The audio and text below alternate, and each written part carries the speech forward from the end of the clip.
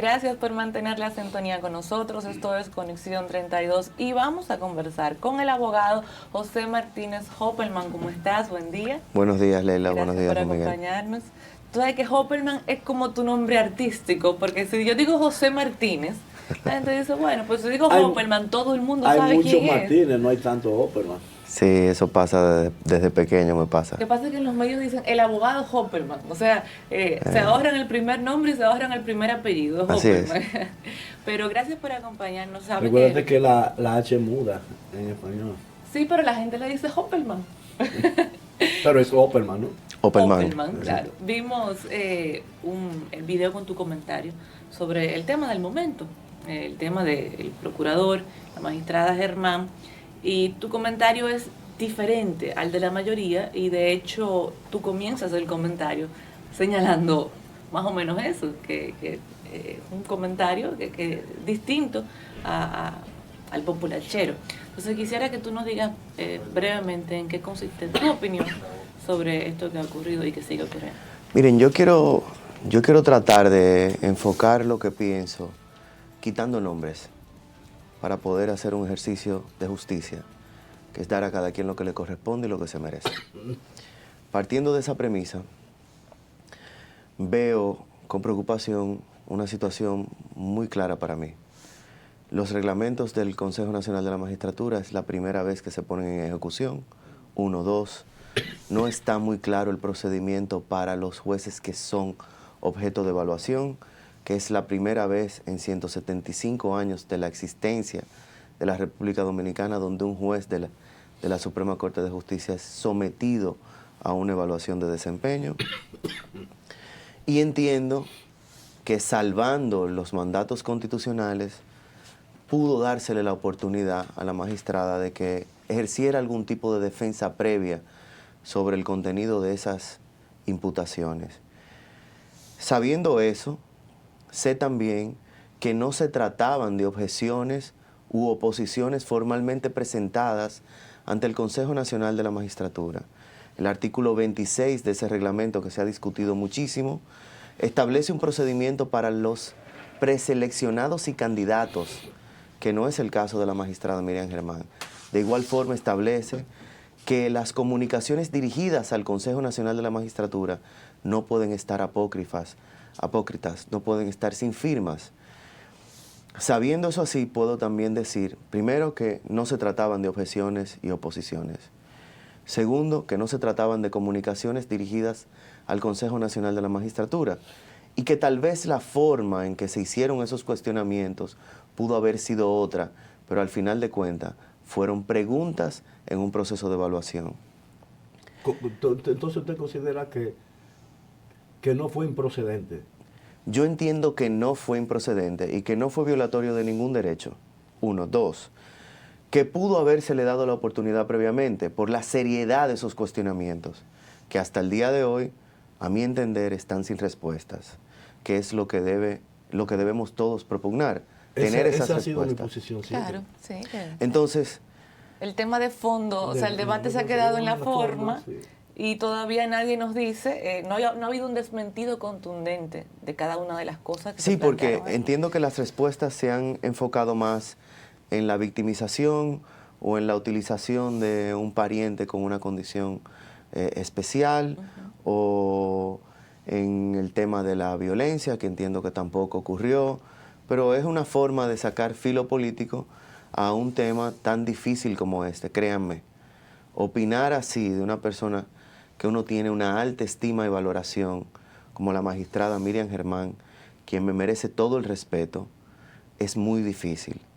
Pero tenemos que ser conscientes de que si queremos un país transparente, debemos someternos, los que aspiren a ese tipo de posiciones, al más amplio escrutinio público. Y es ahí la diferencia. Se ha reclamado cuestiones procesales para la magistrada cuando allí no se estaba en ningún juicio, ni se estaba conociendo ningún tipo de amonestación. Era simplemente una evaluación de desempeño. O sea, que hablar de debido proceso estaría es además totalmente improcedente. Ella cometió un grave error que yo creo que y ella persiste en el error. Y es que ella debió haberse desvinculado del caso. Y ella sigue opinando sobre el caso. Miren, yo quiero tratar de enfocarme en lo que no ha sido controvertido. ¿Qué es lo único que no ha sido controvertido? Una amistad manifiesta con el imputado Víctor Díaz Rúa, expresada por ella misma, sostener reuniones de manera continua con el imputado antes y durante el proceso. Y 3, haber expresado su voluntad de no presentarse a conocer una parte de ese proceso y luego cambiar de opinión. Claro, eso ha sido... Y no solamente cambiar de opinión, sino en el escenario de una medida de coerción donde los jueces iban a ponderar los argumentos del juez de primer grado para determinar, 1, peligro de fuga y vinculación de los imputados con los hechos que se imputaban. La jueza transgrede ese apoderamiento en materia penal, que es un sistema de justicia rogada, donde los jueces solamente están limitados al apoderamiento y a lo que se le pide. Y ella hizo un juicio de valor. Hizo un juicio de valor sobre una investigación que apenas comenzaba. La magistrada enfoca su defensa en que debieron recusarla, pero las disposiciones del Código Procesal Penal que hablan sobre la inhibición y la recusación son unos caminos de doble vía. ¿Qué quiere decir eso? La inhibición es una decisión particular del juez. Es un ejercicio de sinceridad con su conciencia, donde entiende que por los vínculos y las condiciones establecidas en la misma ley, su parcialidad pudiera estar afectada. Que era lo que ella dijo que haría en cualquier escenario en la cual estuviese involucrado Víctor Díaz Rúa, sin embargo, incumplió su propia palabra ante la opinión pública. Por eso digo, esos son hechos no controvertidos y muy visibles. Entonces, si la magistrada en el momento de formar parte de la Corte de Apelación en ocasión de una apelación de la medida de coerción hubiese decidido inhibirse por su vinculación y por haberse reunido con el imputado durante el proceso, ya no estuviera en esta hondanada de cuestionamientos. Para mí eso es más que suficiente para establecer que la magistrada Miriam Germán, con todo el amor que la sociedad completa le tiene, violentó el Código de Comportamiento Ético del Poder Judicial. ¿Qué dice ese código? ¿O en qué parte específica está vedado para los jueces sostener reuniones con las partes en los procesos sin la presencia de la otra parte en su despacho, y más si es fuera del mismo. Es decir, la ética, que no te requiere una condición especial para frenarte frente a un comportamiento, lo único que te manda es absténgase de eso. Y lamentablemente ella ha reconocido esa situación, lo que para mí es muy grave. Su opinión contaminó el expediente. Cuando uno lee lo que se dice, incluso las opiniones de abogados muy conocidos, de que ese expediente es flojo, que ese expediente no va a llegar a ningún sitio, es el resultado de su opinión extemporánea, porque como usted bien dice, fue dada en la fase inicial de un proceso que aún no había sido... Miren, la medida de coerción, y ella más que nadie lo sabe, cuando se peticiona, cuando se deposita frente al juez, el requerimiento de la ley para el que la pide es muy sencillo.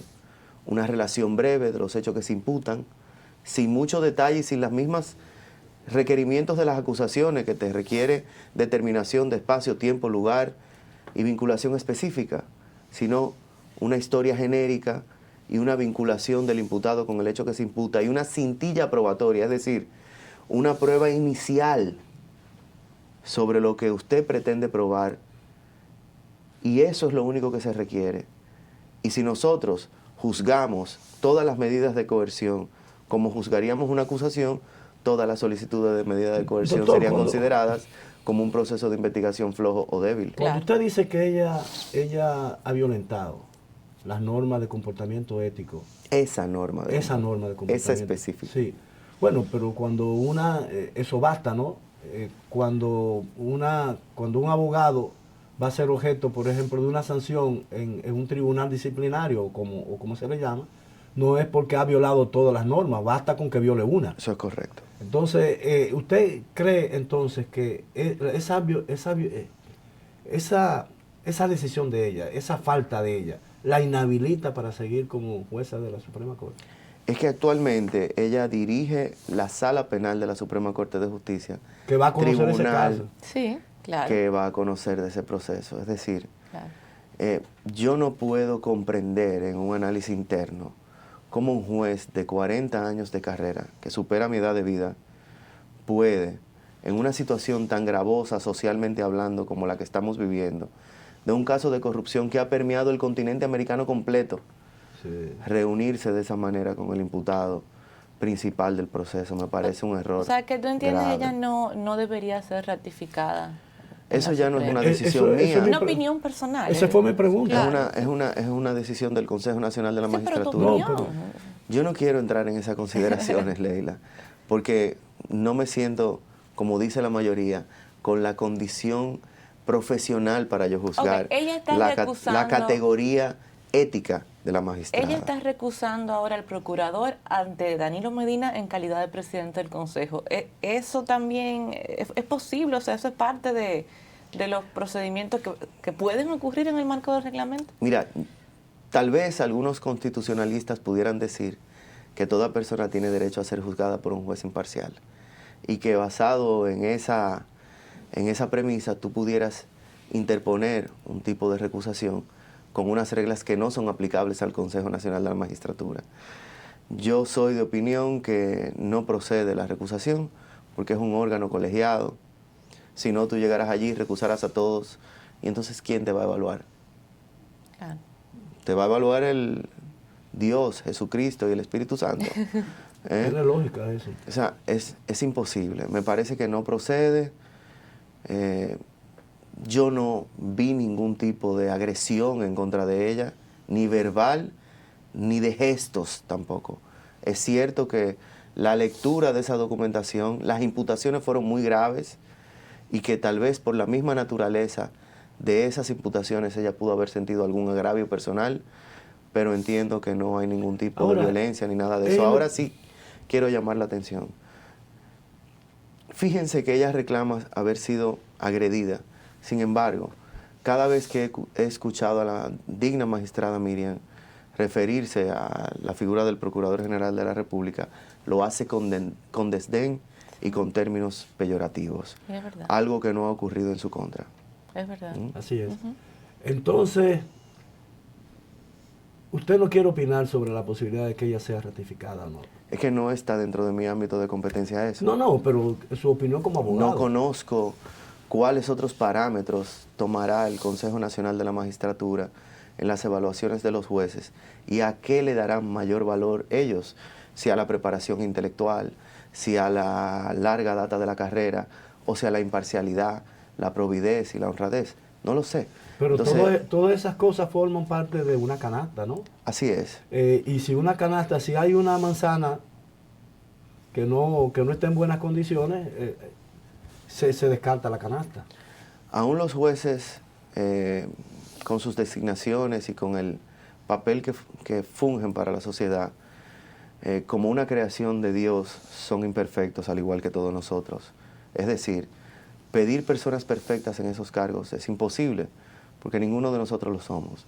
En esas atenciones entiendo que será responsabilidad de los miembros que componen el Consejo valorar de la manera que ellos entiendan y que hayan decidido previamente dar valor a cada uno de esos acápites. Sí, que pero establece el no queremos reglamento. jueces perfectos, lo que queremos son jueces que cumplan con sus obligaciones. Eso es correcto. Claro. Y ella falló en una de sus obligaciones. Eso también es correcto. Entonces, ahora, usted una pregunta muy personal como abogado.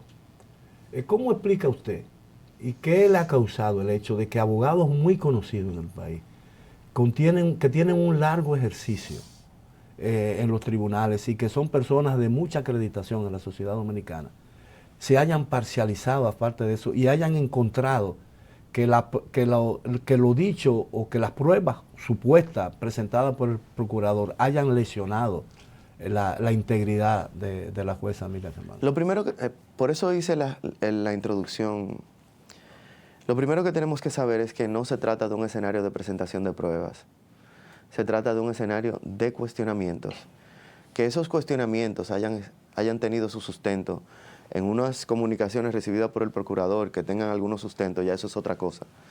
Pero ese no era un escenario ni para presentar pruebas, ni para nada de eso, era un escenario de cuestionamientos. Me han preguntado en mi ejercicio como procurador ¿eso es cierto o no?